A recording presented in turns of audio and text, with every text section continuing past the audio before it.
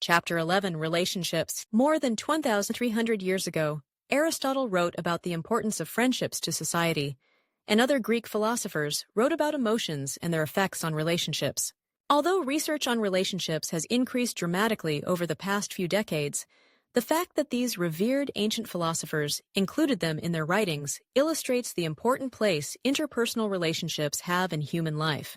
159. But how do we come to form relationships with friends, family, romantic partners, and coworkers? Why are some of these relationships more exciting, stressful, enduring, or short-lived than others? Are we guided by fate, astrology, luck, personality, or other forces to the people we like and love? We'll begin to answer those questions in this chapter. 11.1 Foundations of Relationships. We can begin to classify key relationships we have by distinguishing between our personal and our social relationships. Personal relationships meet emotional, relational, and instrumental needs, as they are intimate, close, and interdependent relationships, such as those we have with best friends, partners, or immediate family. Social relationships are relationships that occasionally meet our needs and lack the closeness and interdependence of personal relationships. Examples of social relationships include coworkers, distant relatives, and acquaintances. Another distinction useful for categorizing relationships is whether or not they are voluntary. For example, some personal relationships are voluntary, like those with romantic partners, and some are involuntary, like those with close siblings. Likewise, some social relationships are voluntary, like those with acquaintances, and some are involuntary, like those with neighbors or distant relatives. You can see how various relationships fall into each of these dimensions in Figure 11.1, Types of Relationships. Now that we have a better understanding of how we define relationships, we'll examine the stages that most of our relationships go through as they move from formation to termination. Stages of relational interaction. Communication is at the heart of forming our interpersonal relationships. We reach the achievement of relating through the everyday conversations and otherwise trivial interactions that form the fabric of our relationships. It is through our communication that we adapt to the dynamic nature of our relational worlds, given that relational partners do not enter each encounter or relationship with compatible expectations. Communication allows us to test and be tested by our potential and current relational partners. It is also through communication that we respond when someone violates or fails to meet those expectations. There are 10 established stages of interaction that can help us understand how relationships come together and come apart. 162. We will discuss each stage in more detail, but in Table 11.1, Relationship Stages, you will find a list of the communication stages. We should keep the following things in mind about this model of relationship development. Relational partners do not always go through the stages sequentially. Some relationships do not experience all the stages. We do not always consciously move between stages, and coming together and coming apart are not inherently good or bad. As we have already discussed, relationships are always changing. They are dynamic. Although this model has been applied most often to romantic relationships, most relationships follow a similar pattern that may be adapted to a particular context. Stages of coming together. Initiating. In the initiating stage, people size each other up and try to present themselves favorably. It is a brief stage. Whether you run into someone in the hallway at school or in the produce section at the grocery store, you scan the person and consider any previous knowledge you have of them, expectations for the situation, and so on. Initiating is influenced by several factors. If you encounter a stranger, you may say, "Hi, my name's Rich." If you encounter a person you already know, you've already gone through this before, so you may just say, "What's up?" Time constraints also affect initiation. A quick passing calls for a quick hello, while a scheduled meeting may entail a more formal start. If you already know the person, the length of time that's passed since your last encounter will affect your initiation. For example, if you see a friend from high school while home for winter break, you may set aside a long block of time to catch up. However, if you see someone at work that you just spoke to 10 minutes earlier, you may skip initiating communication. The setting also affects how we initiate conversations, as we communicate differently at a crowded bar than we do on an airplane. Even with all this variation, people typically follow typical social scripts for interaction at this stage. Experimenting. The scholars who developed these relational stages have likened the experimenting stage, where people exchange information and often move from strangers to acquaintances, to the sniffing ritual of animals. A basic exchange of information is typical as the experimenting stage begins. For example, on the first day of class, you may chat with the person sitting beside you and take turns sharing your year in school, hometown, residence hall, and major. Then you may branch out and see if there are any common interests that emerge. Finding out you're both St. Louis Cardinals fans could then lead to more conversation about baseball and other hobbies or interests. However, sometimes the experiment may fail.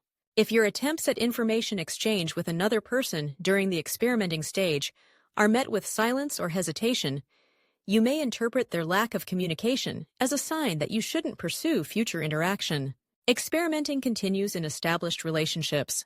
Small talk, a hallmark of the experimenting stage, is common among young adults catching up with their parents when they return home for a visit, or committed couples when they recount their day while preparing dinner. Small talk can be annoying sometimes, especially if you feel like you have to do it out of politeness. I have found, for example, that strangers sometimes feel the need to talk to me at the gym, even when I have earbuds in.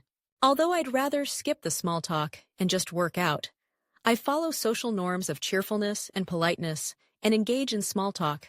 Small talk serves important functions, such as creating a communicative entry point that can lead people to uncover topics of conversation that go beyond the surface level, helping us audition someone to see if we'd like to talk to them further, and generally creating a sense of ease and community with others. And even though small talk isn't viewed as very substantive, the authors of this model of relationships indicate that most of our relationships do not progress far beyond this point. Intensifying. As we enter the intensifying stage, we indicate that we would like or are open to more intimacy, and then we wait for a signal of acceptance before we attempt more intimacy.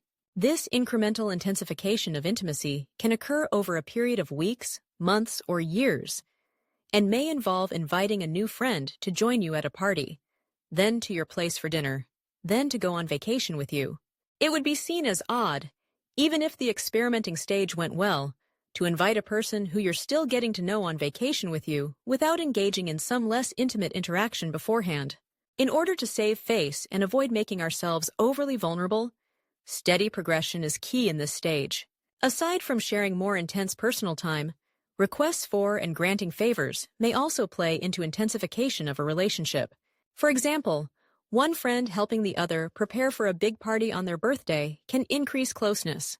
However, if one person asks for too many favors or fails to reciprocate favors granted, then the relationship can become unbalanced, which could result in a transition to another stage, such as differentiating. Other signs of the intensifying stage include creation of nicknames, inside jokes, and personal idioms, increased use of we and our, increased communication about each other's identities, you, gee, chai. My friends all think you are really laid back and easy to get along with. And a loosening of typical restrictions on possessions and personal space. He said, gee, yet you have a key to your best friend's apartment and can hang out there if your roommate is getting on your nerves. Navigating the changing boundaries between individuals in this stage can be tricky, which can lead to conflict or uncertainty about the relationship's future as new expectations for relationships develop. Successfully managing this increasing closeness can lead to relational integration. Integrating. In the integrating stage, two people's identities and personalities merge, and a sense of interdependence develops. Even though this stage is most evident in romantic relationships, there are elements that appear in other relationship forms. Some verbal and nonverbal signals of the integrating stage are when the social networks of two people merge. Those outside the relationship begin to refer to or treat the relational partners as if they were one person, e.g., always referring to them together. Let's invite Olaf and Bettina, or the relational partners present themselves as one unit, u.g., in both signing and sending one holiday card or opening a joint bank account. Even as two people integrate, they likely maintain some sense of self by spending time with friends and family separately, which helps balance their needs for independence and connection. Bonding. The bonding stage includes a public ritual that announces formal commitment. These types of rituals include weddings, commitment ceremonies, and civil unions. Obviously, this stage is almost exclusively applicable to romantic couples. In some ways, the bonding ritual is arbitrary, in that it can occur at any stage in a relationship. In fact, bonding rituals are often later annulled or reversed because a relationship doesn't work out, perhaps because there wasn't sufficient time spent in the experimenting or integrating phases. However, bonding warrants its own stage because the symbolic act of bonding can have very real effects on how two people communicate about and perceive their relationship. For example, the formality of the bond may lead the couple and those in their social network to more diligently maintain the relationship if conflict or stress threatens it. Stages of coming apart. Differentiating individual differences can present a challenge at any given stage in the relational interaction model. However, in the differentiating stage, communicating these differences becomes a primary focus. At this stage, people discover their differences. Differentiating is the reverse of integrating, as we and our may revert back to I and my. People may try to put boundaries back from some aspects of their life prior to the integrating of the current relationship, including other relationships or possessions. For example, Carrie may reclaim friends who became shared as she got closer to her roommate Julie, and their social networks merged by saying, "I'm having my friends over to the apartment and would like to have privacy for the evening."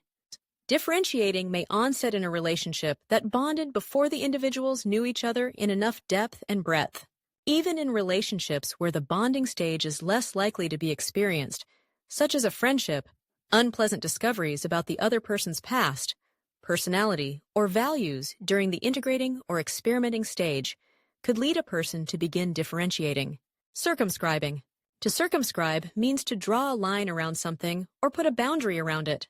So in the circumscribing stage, communication becomes restricted in terms of subjects and depth. As individuals verbally close themselves off from each other, people may search for safe topics to talk about.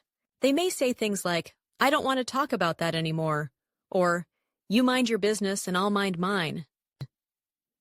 If one person was more interested in differentiating in the previous stage, or the desire to end the relationship is one-sided, verbal expressions of commitment may go unechoed. For example, when one person's statement, "I know we've had some problems lately, but I still like being with you," is met with silence.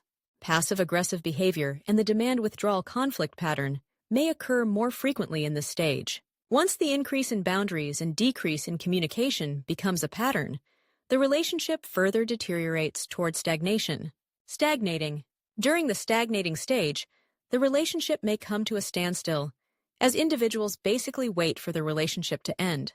Outward communication may be avoided, but internal communication may be frequent. The relational conflict flaw of mind reading takes place as a person's internal thoughts lead them to avoid communication. For example, a person may think, "There's no need to bring this up again because I know exactly how he'll react." This stage can be prolonged in some relationships.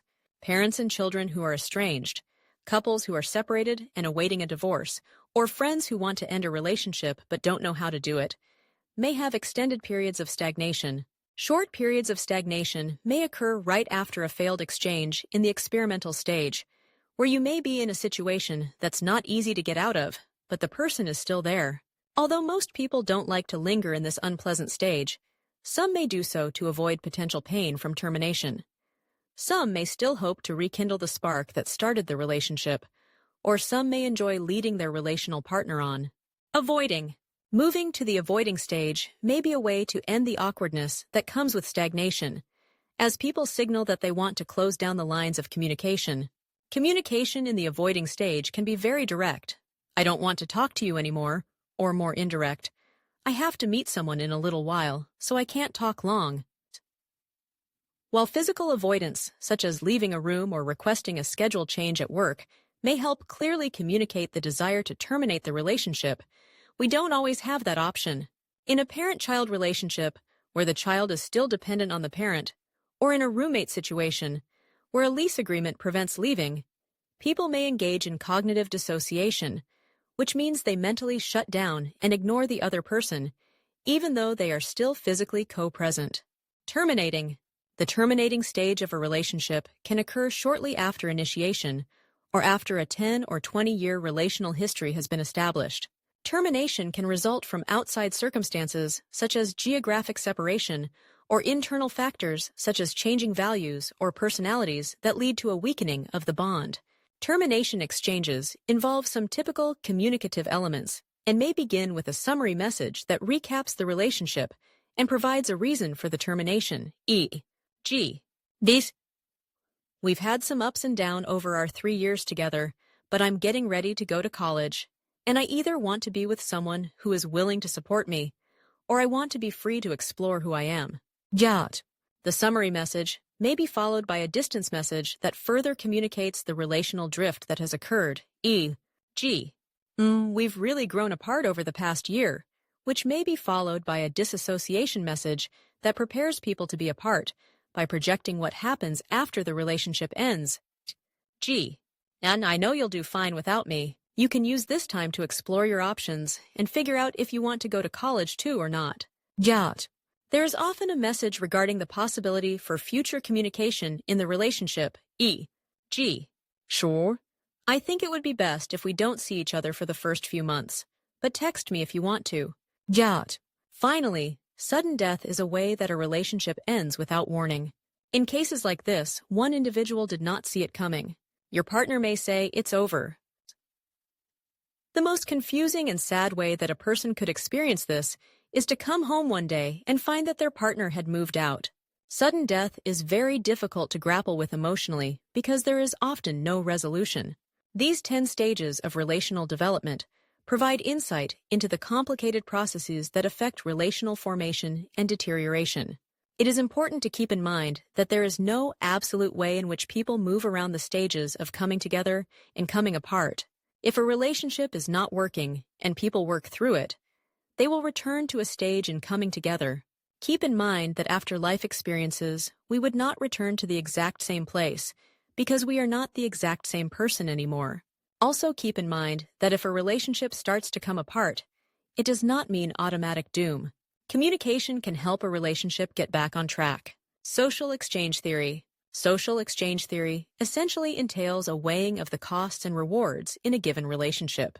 Rewards are outcomes that we get from a relationship that benefit us in some way, while costs range from granting favors to providing emotional support. When we do not receive the outcomes or rewards that we think we deserve, then we may negatively evaluate the relationship, or at least a given exchange or moment in the relationship, and view ourselves as being under-benefited. In an equitable relationship, costs and rewards are balanced, which usually leads to a positive evaluation of the relationship and satisfaction. Commitment and interdependence are important interpersonal and psychological dimensions of a relationship that relate to social exchange theory.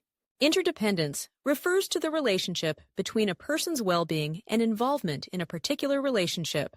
A person will feel interdependence in a relationship when 1. Satisfaction is high, or the relationship meets important needs.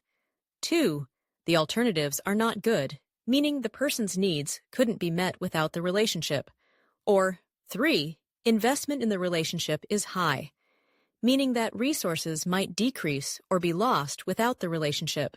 We can be cautioned, though, to not view social exchange theory as a tit-for-tat accounting of costs and rewards.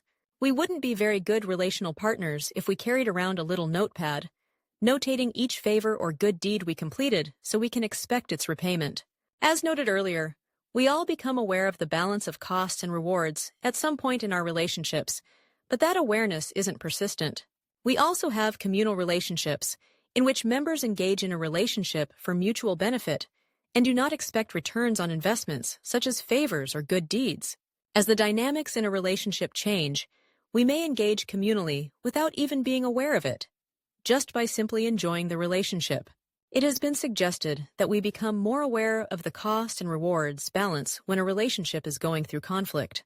Overall, relationships are more likely to succeed when there is satisfaction and commitment, meaning that we are pleased in a relationship intrinsically or by the rewards we receive.